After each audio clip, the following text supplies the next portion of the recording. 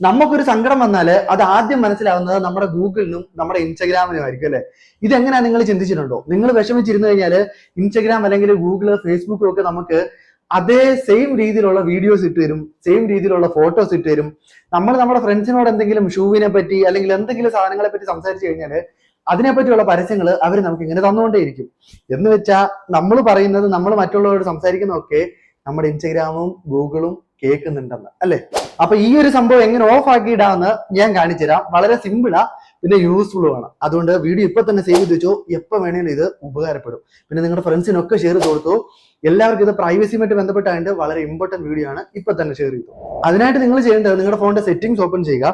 അതിനകത്ത് ഇതേപോലെ ഗൂഗിൾ എന്നൊരു ഓപ്ഷൻ കാണും. ഈ ഗൂഗിളിന്റെ ഓപ്ഷനിൽ പോയി കഴിഞ്ഞാൽ നമുക്കിവിടെ മാനേജ് യുവർ ഗൂഗിൾ അക്കൗണ്ട് എന്നൊരു ഓപ്ഷൻ ഉണ്ട്. ഇതൊന്ന് നിങ്ങൾ ടിക്ക് ചെയ്ത് കഴിയുമ്പോൾ ഇവിടെ ഡേറ്റ ആൻഡ് പ്രൈവസി എന്നൊരു ഓപ്ഷൻ ഉണ്ട്. ഇവിടുന്ന് കുറച്ച് താപ്പോട്ട് വന്നു കഴിയുമ്പോൾ നമുക്ക് ഇവിടെ വെബ് ആക്ടിവിറ്റി എന്നൊരു ഓപ്ഷൻ കാണും. ഇത് നമ്മളൊന്ന് എനേബിൾ ചെയ്ത് കഴിഞ്ഞാൽ നമുക്ക് ഇവിടെ താഴെ ഒരു ഇത് കണ്ടോ, include videos and audio activity എന്നുള്ളൊരു ഓപ്ഷൻ. ഇത് നിങ്ങൾ ഈ ടിക്ക് അൺടിക്ക് ചെയ്തിടുക. ഇത് ചെയ്തിട്ട് കഴിഞ്ഞാൽ പിന്നെ നിങ്ങൾ പറയുന്നതൊന്നും ഈ ഗൂഗിള് അടിച്ചു മാറ്റത്തില്ല. ഇപ്പൊ തന്നെ ഷെയർ ചെയ്തോ, ഇപ്പൊ തന്നെ പേജും ഫോളോ ചെയ്ത് വെച്ചോ. ഇതുപോലുള്ള യൂസ്ഫുൾ വീഡിയോസ് ഞാൻ ഇങ്ങനെ ഡെയിലി ഇട്ടുകൊണ്ടേയിരിക്കും.